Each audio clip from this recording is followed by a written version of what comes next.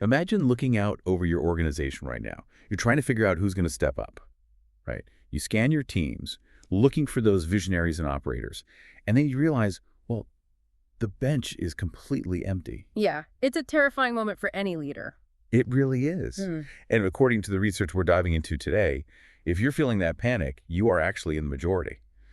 A staggering 86% of business and HR leaders admit they lack an adequate leadership pipeline. Which is just wild. 86%. I mean, that is a monumental blind spot for the modern corporate world. It's basically an organizational crisis hiding in plain sight. You know, we pour all these endless resources into recruitment, throwing money at hiring bonuses just to get people in the door. Right, the talent acquisition side of things. Exactly. But when it comes to internal development, like actually building the people we already hired, that 86% figure tells us the machinery is fundamentally broken. We just aren't preparing people to lead. Which brings us to the mission for today.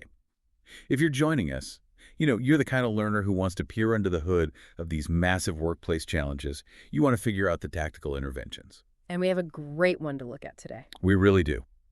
Today, we are zeroing in on a very specific tool designed by HRDQ.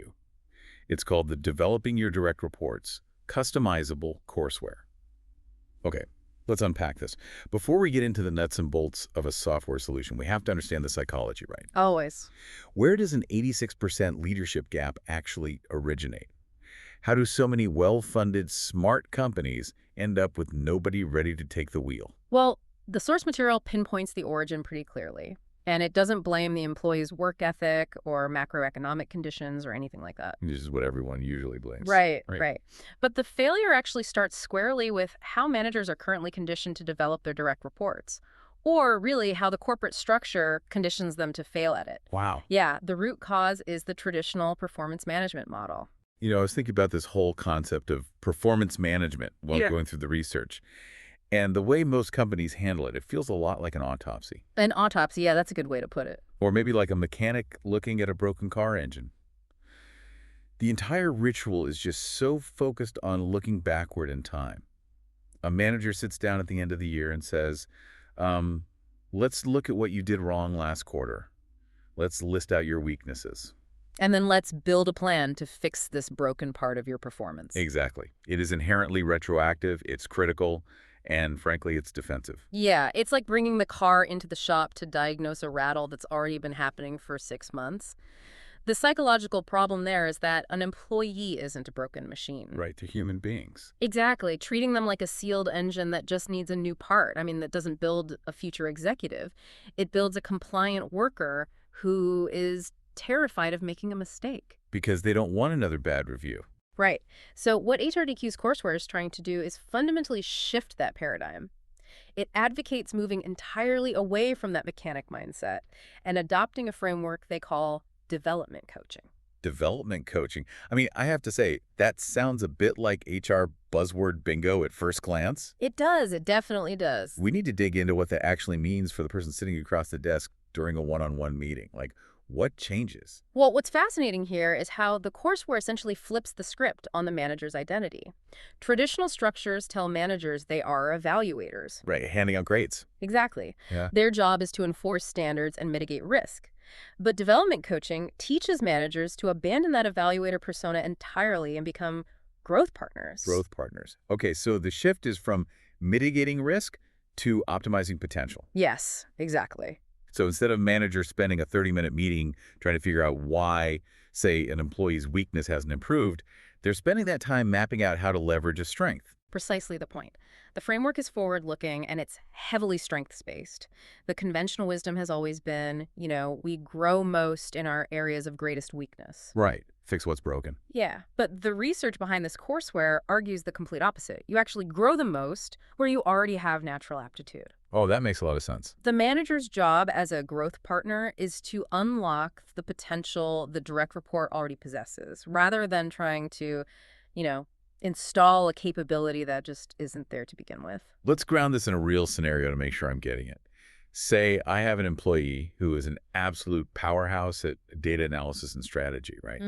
But they just freeze up and stumble whenever they have to present those findings in a large public meeting. A very common scenario, yeah. Right. So the autopsy manager says, You are terrible at public speaking, so we are sourcing you into a mandatory presentation skills seminar so you can be marginally less terrible. Which is completely focusing on the weakness. Exactly. But a growth partner, on the other hand, might say, hey, your strategic mind is your superpower. How do we build your long-term career around making you the strategic engine of this department? And maybe we just pair you with someone who loves presenting. That is the exact pivot. And when a manager focuses on strengths like that, the psychological safety of the relationship completely transforms. Because the employee isn't on trial anymore. Exactly. The employee finally feels like an investment rather than a liability. They actually see a viable future for themselves at the company. Which shrinks that 86% pipeline gap. Yes, because you are actively cultivating the deep talent you already have inside the building instead of just endlessly critiquing it. I hear that, and philosophically, I am completely on board. It makes perfect behavioral sense. But you're skeptical. Well, I have to push back here on the reality of the modern workplace, right? Mm-hmm. It sounds fantastic in theory to be a growth partner, but let's be real. Managers are absolutely drowning right now. They really are. They're carrying their own massive individual contributor workloads. They're sitting in back-to-back meetings, putting out daily fires. Doesn't this deep, customized, strengths-based coaching require a massive time investment? Like, is this just another rigid, one-size-fits-all training video asking overwhelmed managers to add 3 hours of amateur psychology to their calendar? And that right there is the friction point where most well-intentioned HR initiatives just die. If a new management philosophy requires adding friction to a manager's day, it will fail. It's dead on arrival. Exactly. But what the courseware focuses on is not adding new meetings. It's about changing the nature of the interactions that are already happening. Oh, I see. It takes that existing 15-minute weekly check-in and just restructures the dialogue. It provides the conversational framework so the manager isn't playing amateur psychologist. They're just asking better questions. Right, highly targeted, strengths-based questions that integrate coaching directly into the daily workflow. Which brings us to the actual mechanism of change. We have this philosophy, turning evaluators into growth partners. But how do you actually inject that into the DNA of a sprawling company? Yeah, implementation is everything. Because usually, corporate soft skills training translates to, a terribly lit, rigid video module from a decade ago that everyone just clicks through on mute while answering emails. We've all been there. And if the medium is outdated, the message is ignored. That this specific title, Developing Your Direct Reports, is actually just one piece of a much larger ecosystem from HRDQ. Right. It's called the Reproducible Training Library, or RTL for short. Exactly. And the scale of the RTL is massive, honestly. We're talking about a library containing over 95 different soft skills training programs. If you do the math on the content, it represents over 300 hours of training material. It's essentially an entire corporate university just waiting to be deployed. Right. And returning to your point about those rigid video modules, the design philosophy behind the RTL is ultimate delivery flexibility. Because nobody works the same way anymore. Exactly. The modern workforce is completely fragmented. You have fully remote teams, hybrid teams, and people back on the factory or office floor. Yeah, so a one-size-fits-all video doesn't work. No. So every download in this library includes ready-to-use files built for 3 distinct formats. You get virtual instructor-led training for Zoom or Teams, traditional in-person instructor-led training, and self-study e-learning modules. That structural flexibility is great, but here's where it gets really interesting. When I was looking through the specs of this product, the thing that jumped out wasn't just that it works on Zoom. What caught your eye? It's the actual file formats themselves. Right. When a company purchases this, they aren't getting locked PDFs. They aren't getting access to a proprietary web portal where they can't change a single comma. No, they're not. The materials are actually provided as unlocked Microsoft Office files, like Word documents, PowerPoints. Unlocked intellectual property. I mean, in the instructional design world, that is the holy grail. It changes the entire value proposition. Let's bring back our car mechanic analogy for a second. Traditional corporate training is like buying a sealed engine. You drop it in your car, and if you don't like how it idles, well, tough luck. Right. You don't have the tools to open it up. Exactly. Yeah. But giving companies the unlocked Word and PowerPoint files is like handing them the engine block and a wrench. Right. You have the foundational engineering, but you can build the machine to fit your exact terrain. That's a great way to look at it. And if we connect this to the bigger picture of corporate learning and why so many programs fail, it almost always comes down to a lack of relevance. Relevance, yeah. If it doesn't apply to my day-to-day, I'm out. Exactly. When training feels generic, when it feels like outsourced advice using theoretical case studies from industries the employee knows nothing about, they just tune out. The cognitive dissonance is too high. So the unlocked nature of these files solves that relevance problem. Precise. Think about the practical application of that. An HR director at a regional hospital, they can open the PowerPoint on development coaching, right?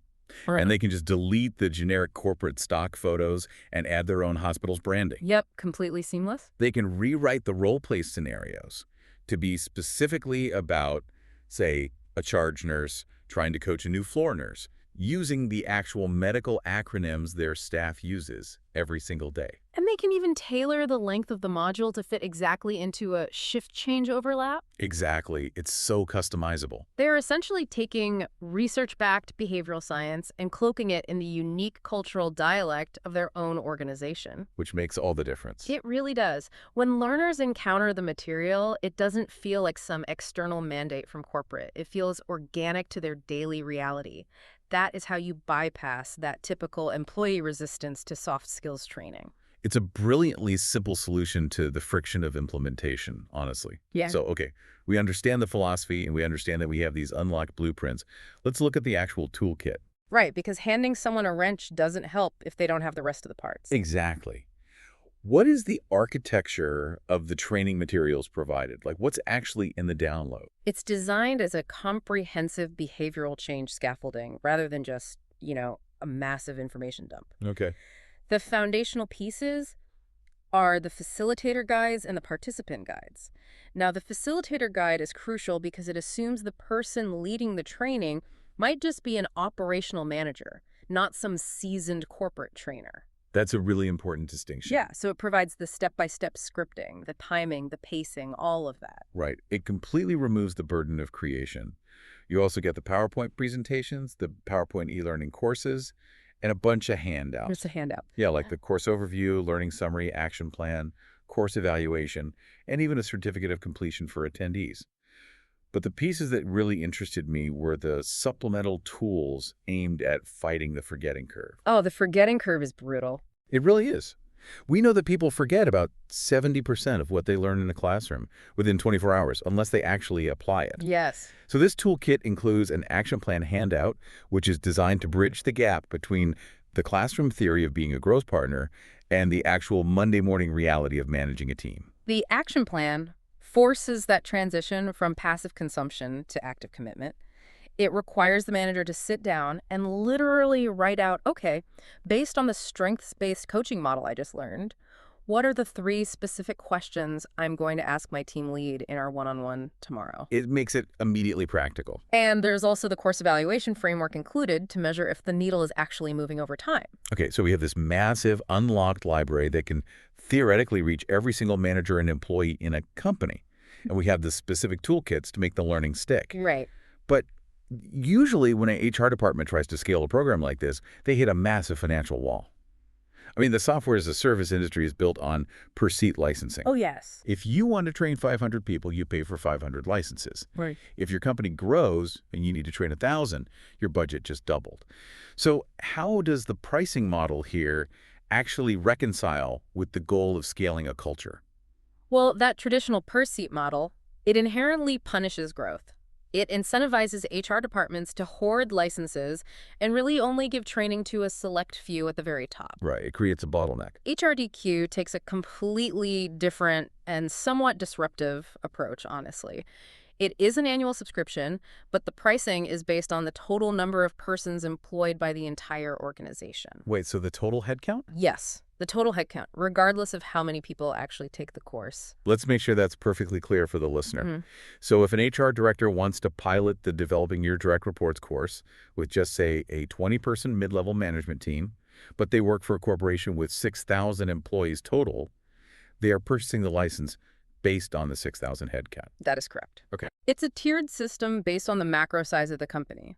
So you have a business license for companies under 5,000 employees, then a corporate license for the 5,000 to 10,000 range. And for the really big companies. That's the enterprise license for massive organizations above 10,000 employees. Why structure it that way, though? I mean, on the surface, paying based on total headcount when you only want to train a fraction of them sounds a bit counterintuitive. I know it does, but it's really about removing the friction of scale over the long term. Yeah. Once a company owns the license for their tier, the marginal cost of training the next employee drops to zero. Oh, I see. Yeah, so if that pilot program with the 20 managers is a huge success, and the company decides to roll out the strength-based coaching model to all 800 managers globally, Yeah. they don't have to go back to the CFO to ask for more money to buy 780 more seats. Because they already have the unlocked files. Exactly. They have the internal rights to distribute it as widely as they need to within their organization. It completely democratizes access to the training. It's just training from being this metered utility where you watch every single drop to an open well. That's a great analogy. But there is a catch. With unlocked IP, the licensing terms have to be pretty ironclad to protect the creator, right? If an organization decides to cancel their annual subscription, what happens to all those beautifully customized PowerPoints with their company logo? Yeah, the end user license agreement is very definitive on this. The subscription is an active lease on the intellectual property. If a company chooses not to renew, they must delete all licensed content. All of it. All of it. And crucially, that includes any derivative works. There's another really important rule in the fine print regarding who is actually allowed to purchase these licenses. Right, the third-party rule. Yeah. If I am an independent executive coach or, I run a boutique leadership consulting firm, I cannot buy the business license and then use these unlocked files to run workshops for my various corporate clients. Exactly. The reproducible training library is completely restricted from being sold to professional training companies for external use. The license must reside with the end user. Meaning the corporate client that's actually benefiting from the structural change. Yes. An external consultant can certainly recommend the product, and they can even be hired by the company to facilitate the customized training. But the benefiting organization must be the entity that purchases the license based on their total employee headcount. It's a smart boundary. It protects the material from just being endlessly commoditized and resold by third parties. It keeps the relationship between the tool and the organization direct. And for those organizations, if they start with this one module on direct reports and realize they've fundamentally improved their managers, there's a mechanism to expand into the rest of that 95 course library. Right, the complete collection upgrade. Yep, they can upgrade to the complete collection. It's a clear pathway to building that entire internal university.